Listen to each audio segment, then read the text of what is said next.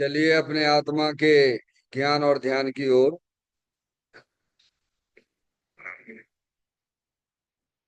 अपने चंचल मन को एवं चंचल उपयोग को स्थिर करने के लिए जिनवाणी माता के माध्यम से अपनी वर्तमान ज्ञान की पर्याय में सम्यक भेद ज्ञान उत्पन्न करते हुए शरीर शरीर से संबंधित जितने भी चेतन अचेतन पदार्थ हैं उनका मुझ भगवान आत्मा के साथ में किसी भी प्रकार का कोई संबंध नहीं है। इस प्रकार समस्त पर पदार्थों में अपने संबंध की वृत्ति को छोड़ते हुए अंदर में जो अखंड ज्ञान ज्योति स्वरूप भगवान आत्मा है उसमें ही वर्तमान पर्याय का संबंध जोड़ते हुए कि मेरा यह भगवान आत्मा सदा काल शरीर आदि पर पदार्थों से भिन्न एकमात्र अखंड ज्ञान ज्योति स्वरूप है। ऐसा अपने आप को जानो और ऐसा ही अनुभव करो कि वर्तमान में ही मेरा यह भगवान आत्मा शरीर आदि पर पदार्थों से भिन्न एकमात्र अखंड ज्ञान ज्योति स्वरूप ही है।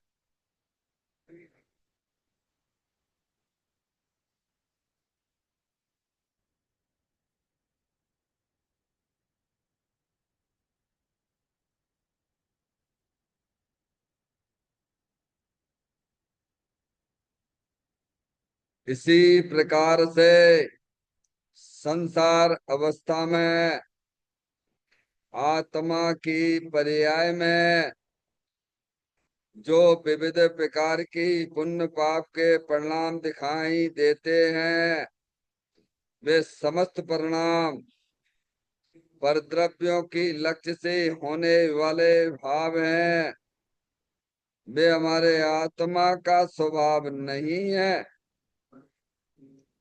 ऐसे समस्त रागादिक परिणामों में एकत्व बुद्धि, ममत्व बुद्धि, कर्तृत्व बुद्धि, भोक्तृत्व बुद्धि तथा उन रागादिक परिणामों की ज्ञाता बुद्धि को भी छोड़ते हुए अंदर में जो अखंड ज्ञान ज्योति स्वरूप भगवान आत्मा है जो कि सदा काल शरीर रागादिक से भिन्न एकमात्र पूर्ण निराकुलता स्वरूप वाला है।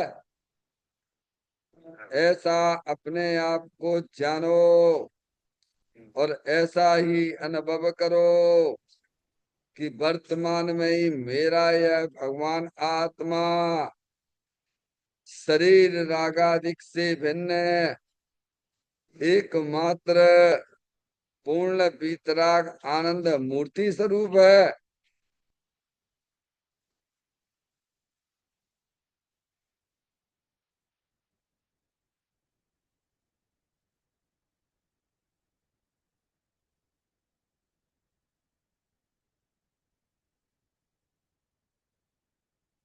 इसी प्रकार से संसार अवस्था में आत्मा की पर्याय में जो पर के लक्ष्य से होने वाला ज्ञान है वह परलक्षी ज्ञान भी हमारे आत्मा का स्वभाव नहीं है।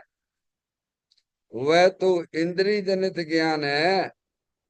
इस प्रकार शरीर रागादि और परलक्षी ज्ञान की पर्यायों से विभिन्न मैं तो एकमात्र अखंड ज्ञान ज्योति स्वरूप भगवान आत्मा हूँ। ऐसा अपने आप को जानो और ऐसा ही अनुभव करो कि वर्तमान में ही मेरा यह भगवान आत्मा शरीर रागादि और खंड खंड ज्ञान की पर्यायों से विभिन्न एकमात्र अखंड ज्ञान ज्योति स्वरूप ही है।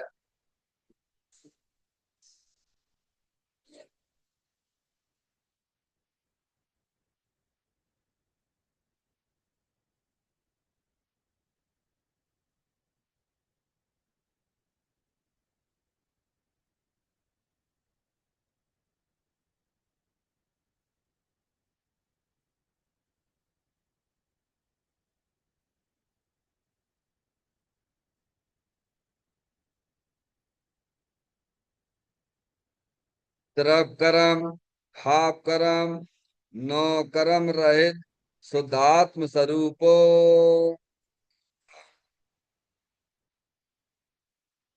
मेरा ये भगवान आत्मा सदा काल शरीर आदि के नौ कर्मों से भिन्न है। मेरा ये भगवान आत्मा सदा काल ज्ञानावरण आदि आठ कर्मों से भी भिन्न है। मेरा ये भगवान आत्मा सदा काल मोह राग देश भाव कर्मों से भी भिन्न है। इस प्रकार द्रव कर्म भाव कर्म नो कर्म तीनों कर्मों से रहित मैं तो एकमात्र परम पवित्र शुद्धात्म स्वरूप हूँ। ऐसा अपने आप को जानो और ऐसा ही अनुभव करो कि वर्तमान में ही मेरा यह भगवान आत्मा तीनों प्रकार के कर्मों से रहे एकमात्र परम पवित्र शुद्धात्म स्वरूप है।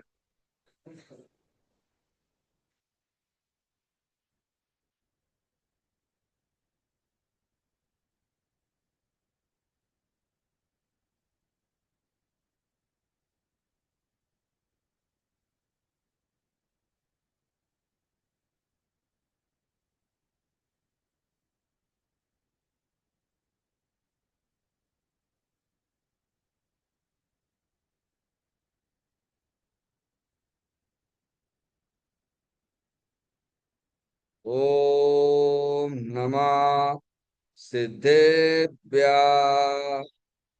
ओम नमः सिद्धेभ्य ओम नमः सिद्धेभ्य चिंतामणि सम स्वयं का चैतन्य तत्व महान है। निज का करूं मैं चिंतवन निज का करूं श्रद्धानु में शुद्धा तुम्हारी दीप है जो गुण अनंत निधान है। मैं स्वानुभव में देख लूं आत्मा स्वयं भगवान है। मैं स्वानुभव में देख लूं आत्मा स्वयं भगवान है।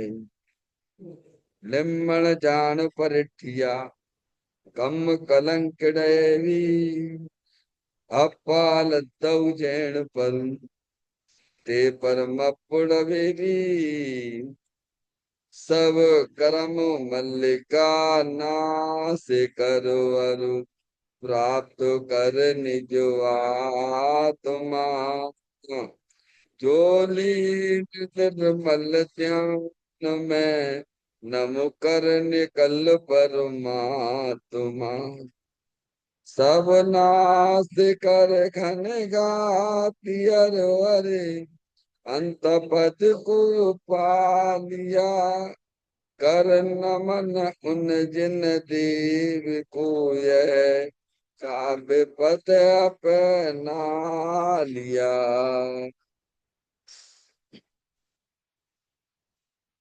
श्री योगसार जी नामक परम अध्यात्मिक ग्रंथ स्वाध्याय हेतु में विराजमान है। आज से 1400 वर्ष पहले इस महान पवित्र ग्रंथ की रचना दिगंबर संत योगेंद्र महाराज जी हुए हैं। उन्होंने इस महान पवित्र ग्रंथ की रचना की और उन्होंने इस ग्रंथ का नाम योगसार जी रखा। योगसार जी का सीधा सा अर्थ है मुक्ति के मार्ग में। योग का मतलब जोड़ होता है। किसका किसके साथ में जोड़ करना? तो अरिहंत परमात्मा कहते हैं कि अपने वर्तमान शुद्ध ज्ञान की पर्याय में अंदर में जो अपना त्रिकालिक ध्रुव भगवान आत्मा, जो कि सदा काल द्रव्य कर्म भाव कर्म नौ कर्म से रहित एकमात्र अखंड ज्ञान ज्योति स्वरूप है। ऐसी गायक प्रभु परमात्मा में अपनी वर्तमान शुद्ध ज्ञान की पर्याय का संबंध जोड़ने का नाम योग है, जिसे शास्त्रीय भाषा में सम्यक दर्शन सम्यक ज्ञान भी कहते हैं। और उस चैतन्य भगवान आत्मा में ही अपनी वर्तमान पर्याय को मग्न कराना, लीन करना, स्थिर करना, उसे सार कहते हैं, यानी सम्यक चारित्र कहते हैं। तो योग सार क्या हो गया? सम्यक दर्शन, सम्यक ज्ञान, सम्यक चारित्र वाली निर्मल पर्याय, पवित्र पर्याय, जो अपने आत्मा के आश्रय से प्रकट होती है, इसे यहाँ योग सार कहते हैं। और से ही अरिहंत परमात्मा मोक्ष मार्ग कहते हैं। इसी का नाम धर्म है। देखिएगा योग सार ग्रंथ के माध्यम से हम और आप यहाँ पर 78 नंबर की गाथा का स्वाध्याय चल रहा है। इस गाथा का जो मूल विषय है, तीन को छोड़ने की बात की जा रही है और तीन गुण अपनी आत्मा में प्रकट करने की बात की जा रही है। वे तीन कौन से हैं? तो कहते मोह राग द्वेष के परिणाम, जो हमारी आत्मा में पर को अपना जानने रूप, पर को अपना मानने रूप, पर का लक्ष्य करके जो राग द्वेष के परिणाम होते हैं, तो वे विभाव रूप परिणतियां हैं। वे हमारे आत्मा का स्वभाव नहीं है। इसीलिए उन्हें अपना जानना मानना छोड़ो। हाँ, ये शरीर तो स्पष्ट परद्रव है ही। समझ में आया? इस शरीर को जो अपना जानता है मानता है, ऐसा ज्ञान श्रद्धान, समझ में आया? ऐसे अंदर में जो जो मान्यता बनी नहीं, श्रद्धा की विपरीत मानता, ज्ञान का विपरीत परिणमन, समझ गया? और शरीर को अपना मान के जो रमणता चल रही है, समझ गया? तो ऐसे मूल राग देश रूपी परिणामों को छोड़ना है और अंदर जो चेतन भगवान आत्मा शरीर कर्म और राग से भिन्न अखंड ज्ञान ज्योति स्वरूप है, उसे अपना जानिए, उसे अपना मानिए और उसमें ही अपनी पर्याय को लीन कीजिए। ये गुण है आत्मा का। क्या है डॉक्टर साहब? ये गुण है। अंतर्मुख होके अपने चेतन भगवान आत्मा की दृष्टि करना एक गुण है ये। यहाँ से मोक्ष मार्ग चालू हो जाता है। अंतर्मुखता से मोक्ष मार्ग चालू होता है और बैर मुक्ता से तो आपको अपने सबको अनुभव है।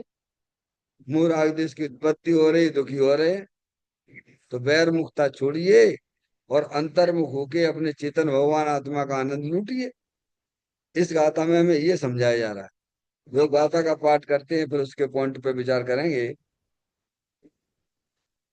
तज तीन त्रिगुण सहित निजवात्मा में जो बसे, शिव पद लहे वे शीघ्र ही इस भांति सब जिन वर कहें। देखें अपने जो कल का पॉइंट है उस पर विचार कर रहे हैं। यहाँ एक भाई ने प्रश्न किया है, ऊपर से ही प्रश्न बना है कि अनादि काल से इस आत्मा ने अपने भगवान आत्मा की तरफ से आंखें बंद कर रखी हैं। इसमें बैर मुक्ता बनी हुई है अनादि काल से। तो ये किसी ने कराई है? अनादि काल से आत्मा की पर्याय में जो बैर मुक्ता बनी हुई है, वह किसकी कराई हुई है डॉक्टर साहब?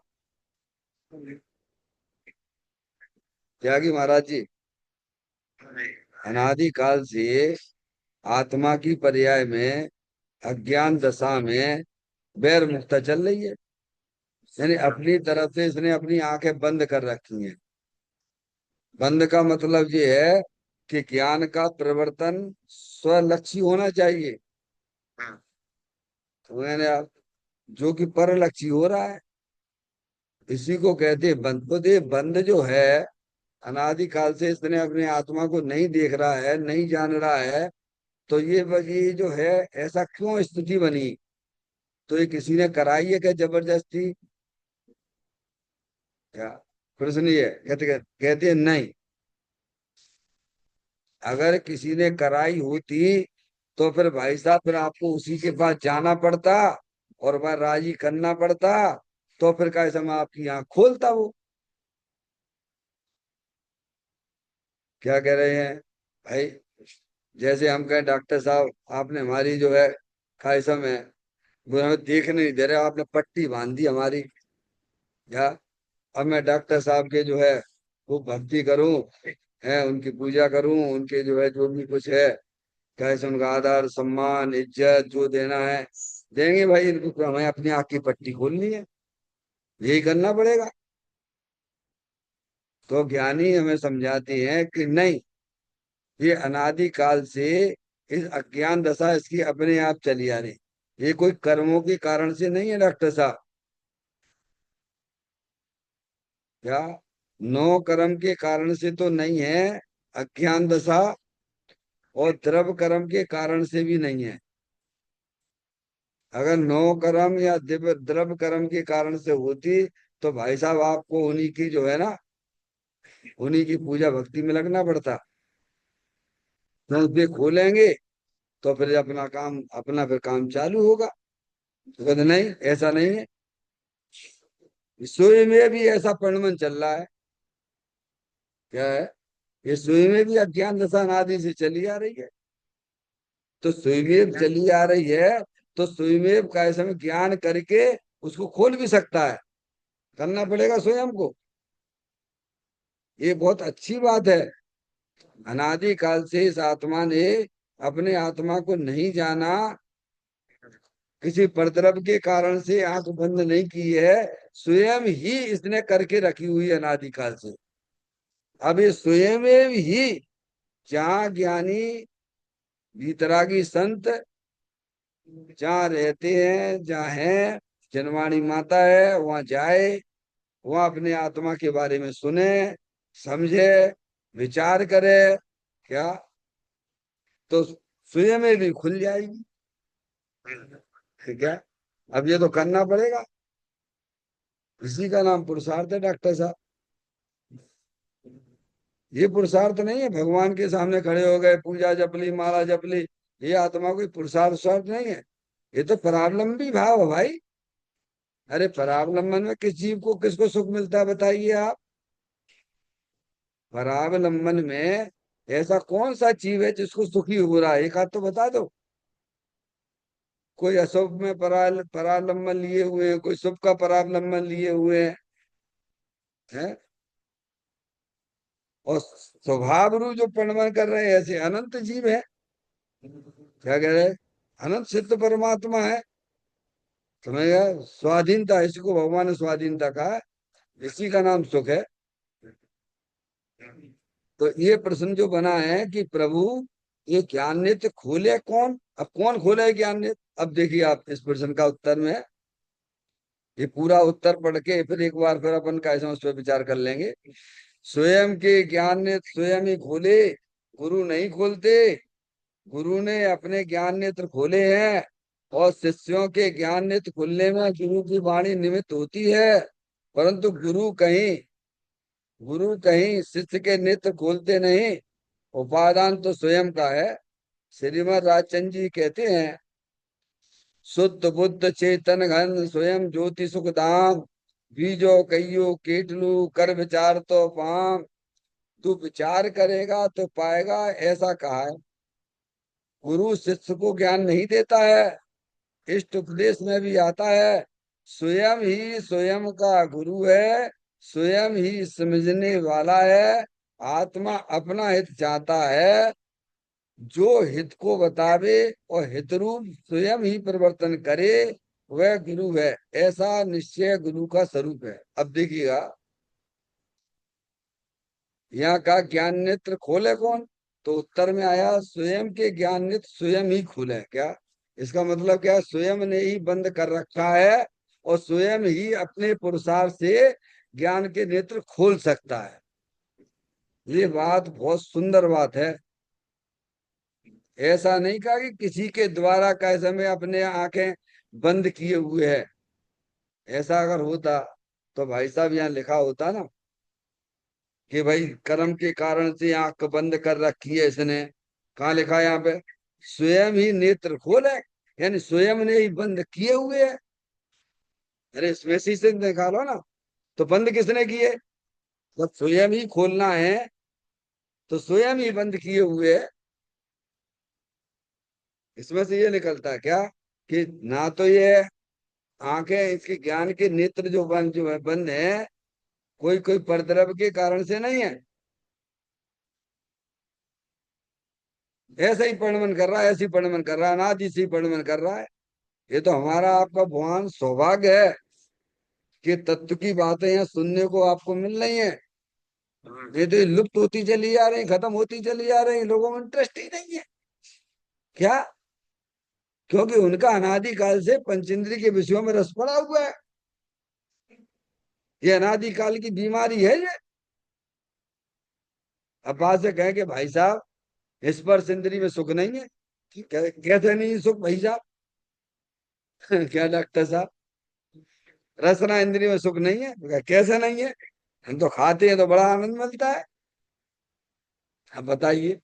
अब इसको ये नहीं मालूम है कि सुख जो है, सुख नाम का गुण अथवा शक्ति किसमें है, ये बताओ। जैसे ज्ञान नाम की शक्ति किसमें है भैया? क्षेत्र बताओ। भगवान ने जाति अपेक्षा क्षेत्र बताए। जीव तरफ, पुद्गल तरफ, धर्म तरफ, अधर्म तरफ, आकाश तरफ और काल तरफ। ये छह जो जातीय अपेक्षा द्रव्य हैं, उसमें जानने देखने की शक्ति किस तरफ के अंदर है? क्योंकि जीव द्रव्य में है। तो सुख नाम की शक्ति किसमें है बोलो भैया? पुद्गल में है कि धर्म में है कि अधर्म में है कि आकाश में कि काल तरफ में बोलो भैया? कि जीव में? जैसे ज्ञान नाम की शक्ति आत्मा में है, वैसे ही आत्मा में सुख शांति वाली शक्ति भी है, पर इसे खबर ही नहीं है। जैसे कोई जो है मृग हो, उसकी नाभि में ही जो है कस्तूरी हुआ करती है, लेकिन उसे सुगंध बहुत अच्छी लगती है और इधर उधर ढूंढता फिरता है, बाहर ढूंढता फिरता है। अब उसे मिले कैसे, ये बता? कैसे मिल जाएगी? पसंद तो है उसे, ले ढूंढ रहा है बाहर में, तो मिलेगी क्या? ऐसे ही समस्त अज्ञानी जीवों को अनादिकाल से उनकी पर्याय में अज्ञान दशा है, भ्रम दशा चल रही है। वे अज्ञानी जीव पंच इंद्रिय के विषयों में सुख की कल्पना करके अपना जीवन बिता रहे हैं। आज श्री गुरु के द्वारा ये बताया जा रहा है कि सुख जो है अपने चेतन भगवान आत्मा में है। ऐसा सुनेगा तो आंखें खुलेंगी ना। डॉक्टर साहब, हमें कैंसर का रोग हो गया, डायबिटीज का रोग हो गया भैया, चलो ये तो शरीर पर्यंत की बात है, शरीर के रोग हैं। भगवान तो कहते शरीर में एक ही रोग थोड़ू भगवान, 5,68,99,584 रोग हैं। इतने रोग हैं। समझ में आए भैया? क्या? आत्मा का रोग तो यही है, भ्रम। भ्रम। क्या? क्या भ्रम है? कि सुख तो अंदर में भरा पड़ा हुआ है, आत्मा हमारा सुख स्वरूप है, आनंद स्वरूप है, सुख शांति के भंडार स्वरूप वस्तु है, लेकिन बाहर आके खोले में चल रहा है बस। हिसाब स्पर्श इंद्री से, रसना इंद्री से, घ्राण इंद्री से, चक्षु इंद्री से, बस उधर ही उधर, उधर ही उधर परावलंबन चल रहा है ना जीवन में अनादिकाल से। अभी ये ज्ञान करे, जैसे ज्ञान आत्मा में है, ऐसे ही सुख नाम का भी शक्ति हमारे चेतन भगवान आत्मा में है। अब ऐसे बारंबार चिंतन करे, विचार करे, तो वहां का उपयोग वहां से हटे और चेतन भगवान आत्मा की तरफ मुड़ जाएगा। तो करना पड़ेगा स्वयं में भी।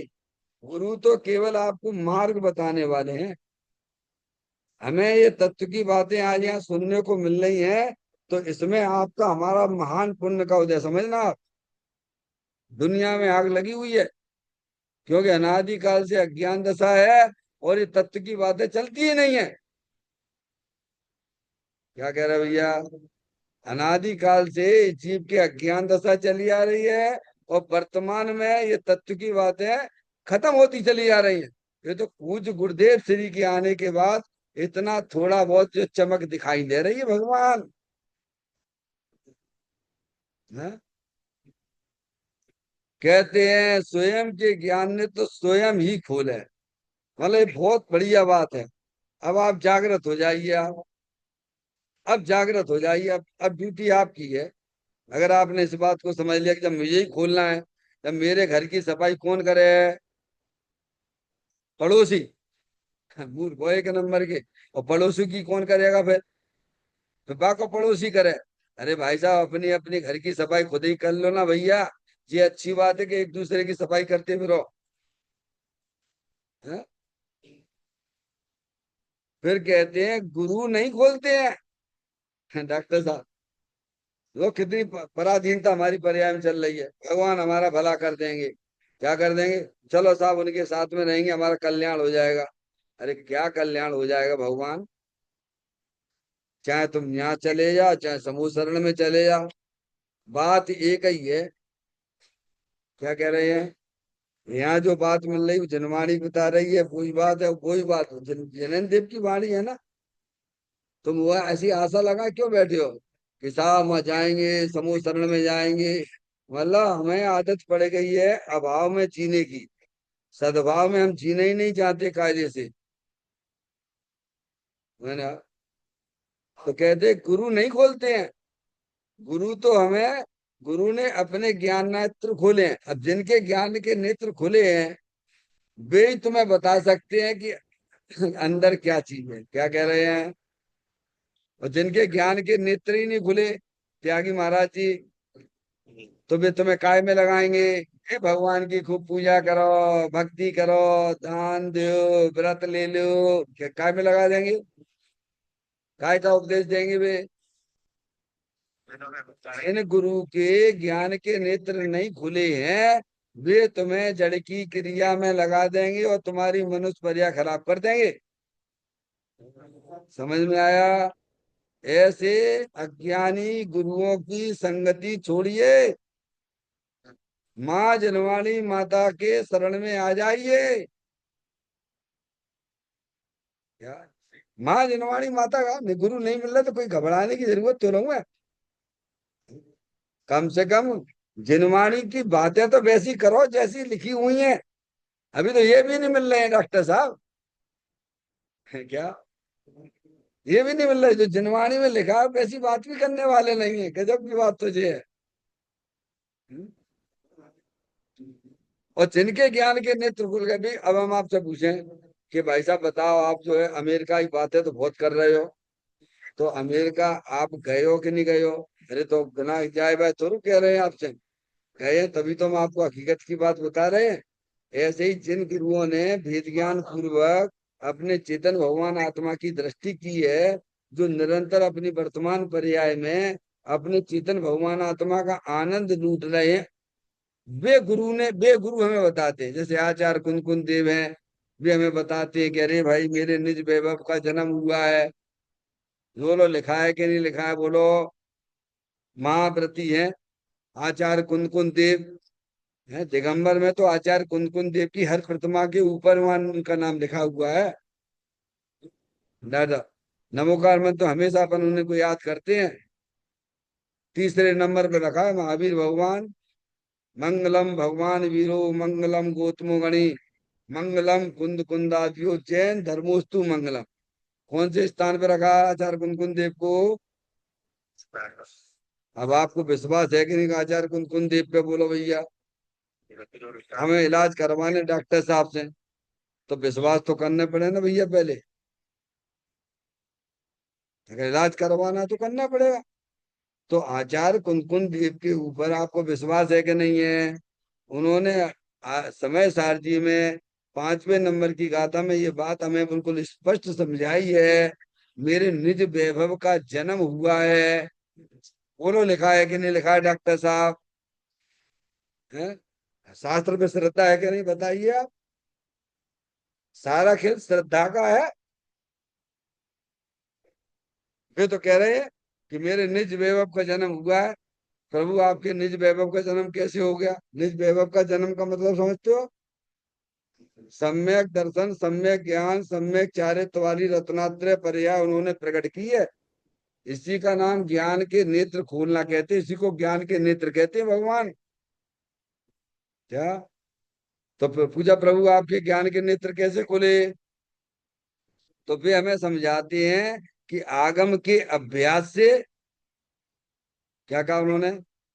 आगम के अभ्यास से, युक्ति के अवलंबन से, पर अपर गुरु के उपदेश से। ये तो निमित्त में आ गए तीन। क्या आ गए भैया?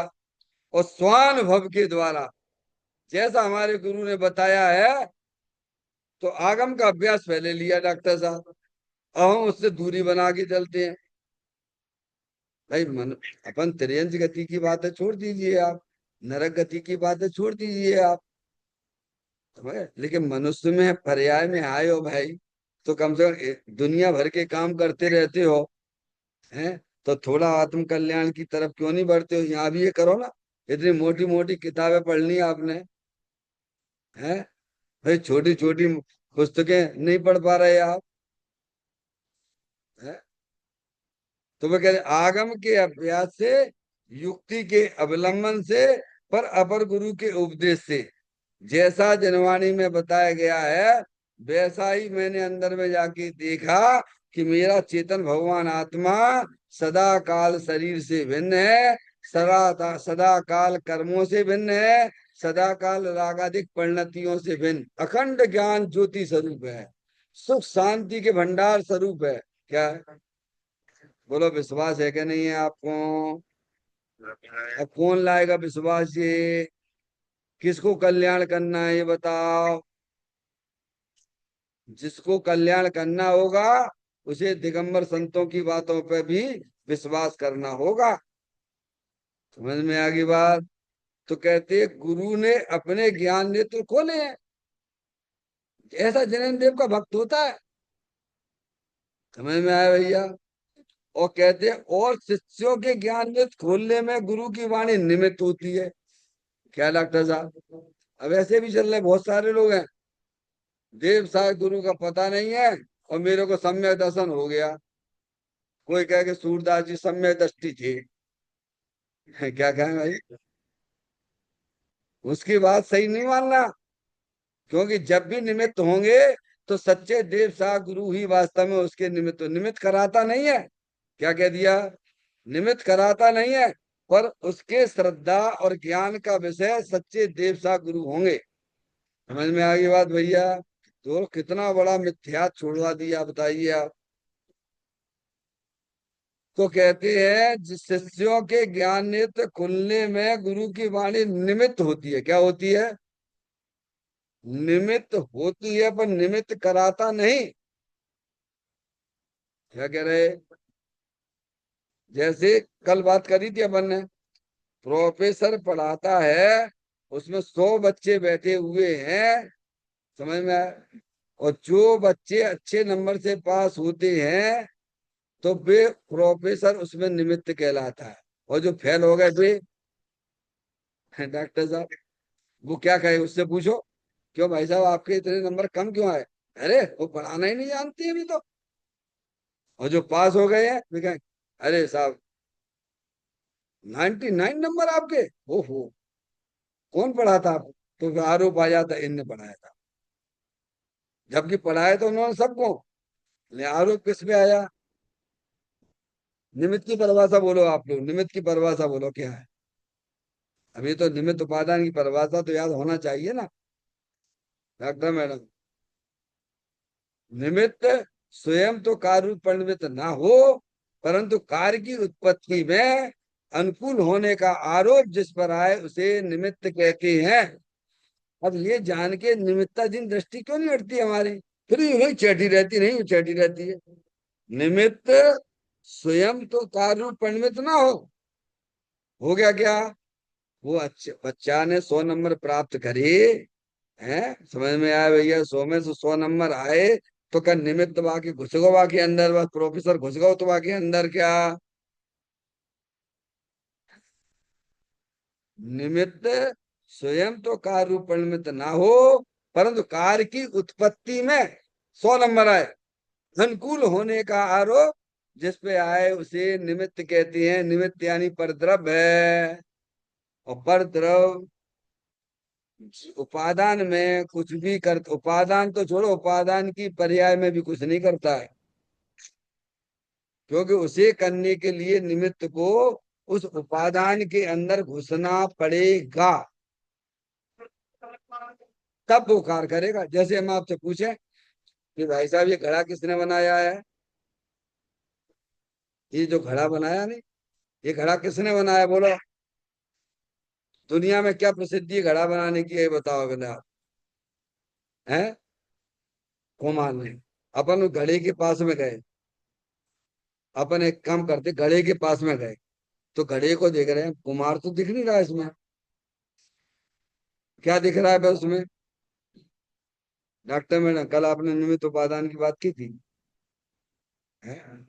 आप घड़े के पास जाके देखिए कि घड़ा किसने बनाया, क्या चीज दिख रही है वहां, को दिख रहा है उसमें? क्या कुम्हार दिखता है क्या? क्या दिख रहा है आपको? जो दिख रहा है बस वही करता है उसका। घड़े में जो दिख रहा है वही घड़े का वास्तविक करता है। पर कुम्हार को कहते हैं तो क्या कहे, घड़े रूप का रूप निमित्त तो परिणमित नहीं हुआ, परंतु कार्य की उत्पत्ति में अनुकूल होने का आरोप किस पे आया? उस पे नहीं आया, सुनार पे नहीं आया। सुनार पे तो वो अंगूठी वाला काम करेगा, क्या करे? यहाँ पे तो घड़े में कुम्हार पे ही आरोप आएगा और दूसरे पे नहीं आएगा। ऐसे यहाँ पर उनको समझा रहे हैं, कह रहे हैं कि शिष्यों के ज्ञान नेत्र खुलने में गुरु की वाणी निमित्त होती है, परंतु गुरु कहीं शिष्य के नेत्र खोलते नहीं है। क्या खोलते नहीं है? गुरु को शिष्य के नेत्र खोलने के लिए शिष्य के अंदर गुरु को जाना पड़ेगा, पर वो तो पॉसिबल ही नहीं है डॉक्टर साहब। अभी पॉसिबल है? वो तो पॉसिबल है ही नहीं है। क्योंकि उपादान, उपादान तो स्वयं का है, किसका है? भाई उन्होंने बताया, प्रोफेसर ने पढ़ाया, हमने पूरे नोट करे, बाकी बाकायदा क्वेश्चन आंसर सब नोट करे, और फिर जाके हमने खूब पढ़ा वहां जाके। क्या हुआ? बढ़िया तरीके से पढ़ा है, मेहनत करके, और जाके एग्जाम में गए, और वहां जाके जैसे याद किया था और जाके हमने लिख दिया तो हमारे 100 नंबर आ गए। कितने आ गए? 100 में से 100 आ गए। तो मेहनत तुमने करी है ना भगवान, तो जे फेल क्यों हो गए? अरे जे फेल क्यों हो गए भाई साहब? कुछ नहीं, गुरु ने तो बताया था, पर इसने कहा ऐसा, गुरु की जिन्हें जैसे बताया वैसे इसने काम किया ही नहीं, तो फेल हो गया। भाई आप यही तो कहोगे लौकिक में, और क्या कहोगे? एक अच्छे नंबर से पास हो रहा है, एक फेल हो रहा है, तो तुम फेल क्यों हो गए, जे पास क्यों हो गए? क्या जवाब दोगे बोलो, आप कौन दोगे जवाब, इसका क्या जवाब आता है अपने अपने पास में? पर यही कहेंगे भाई साहब, जो प्रोफेसर ने जो पढ़ाया था उसके अनुसार इसने कहा सब पढ़ाई की है, और वो ही जाके वहां उसने पेपर पे लिख दिया है तो पास हो गया। और ये फेल, क्योंकि गुरु ने तो बताया था पर इसने मेहनत ही नहीं करी, पढ़ाई नहीं इसने, ध्यान ही नहीं दिया, तो फेल हो गया। तो वो बात भी तो यही वही तो कह रहे हैं यहाँ पर, कि क्या उपादान तो स्वयं का है, किसका? आज इतने सिद्ध परमात्मा बैठे हैं वहां पर, अनंत सिद्ध परमात्मा है। कितने? अनंत सिद्ध परमात्मा सिद्धालय पे बैठे हुए हैं, वो अनंत आनंद में मस्ती कर रहे हैं, तो तुम काहे ले यहाँ जगह रगड़ पट्टी कर रहे हो भाई। हमने तो सुनी है कि शास्त्र में ये लिखा हुआ कि तुम अनंत बार जो है समूह शरण में गए हो। हैं, सब बैठे थे समूह शरण में, वे निकल गए है, और हम यहीं की यहीं घूम रहे हैं। क्या डॉक्टर साहब, बेला अमृत भरा, वक्त क्यों को रहा, आलसी सो रहा बनिया भागा, सारे साथी जागे तू ना जागा। सारे साथी जागे, देखो देखो महावीर भगवान तो अभी गए ना मुझ, महावीर भगवान तो अभी गए 2600 वर्ष पहले। तुम्हें में आया, अब कितना पीछे चले जाइए, कितना कितना कितना, निगोद में गए, यहाँ गए, कितने भाव उनके पढ़ लीजिए आप, वो तो अभी गए है ना। अब उनकी आंखें यहाँ खुली नहीं, तो देखो समूह शरण में गए थे, आदिनाथ भगवान का उपदेश हो रहा था। पूछा गया कि भाई साहब यहाँ कोई है यहाँ पर भगवान, कि जो है तीर्थंकर होने वाला जी, जिसने कि यहाँ वो है। फिर उसने क्या हुआ उसके बाद आपको सब पता ही है, 363 मत चलाए और आगे बढ़ गया। तुम पहले तीर्थंकर, हम 24वें तीर्थंकर, नहीं चलेगा, अहंकार आ गया उसे। 363 मत चलाए, और खुद के ही चलाए बैठे, और खुद को ही छोड़ना चला। और फिर ये अंगीकार किया उन्होंने, क्या, वही अंगीकार किया जो आदिनाथ भगवान ने समुद्र ने बोला था, वही आगे उसने उसके बाद यहाँ स्वीकार किया। तब कैसे हम उसके ज्ञान के नेत्र खुले हैं। समझ में आए भैया। तो कहते हैं उपादान तो स्वयं का, श्री महाराज चंद जी ने भी ये बात कही है। अब देखो समय आपका हो गया है, थोड़ा लेट चालू कर पाए हैं अपन, कोई बात नहीं है, कल अपन यहाँ से लेंगे। शुद्ध बुद्ध चेतन घन स्वयं ज्योति सुखधाम, बीजो कहियो केटलू कर विचार तो पाऊं। चैतन्य का स्मरण प्रति क्षण करो रे, भवि के अनंत दुख को पल में हरो रे, अक्षय अनंत निज शोक निदान पाओ, गाओ अरे नित इसी के गीत गाओ, गाओ अरे नित इसी के गीत गाओ। 9 बार नमोकार मंत्र का स्मरण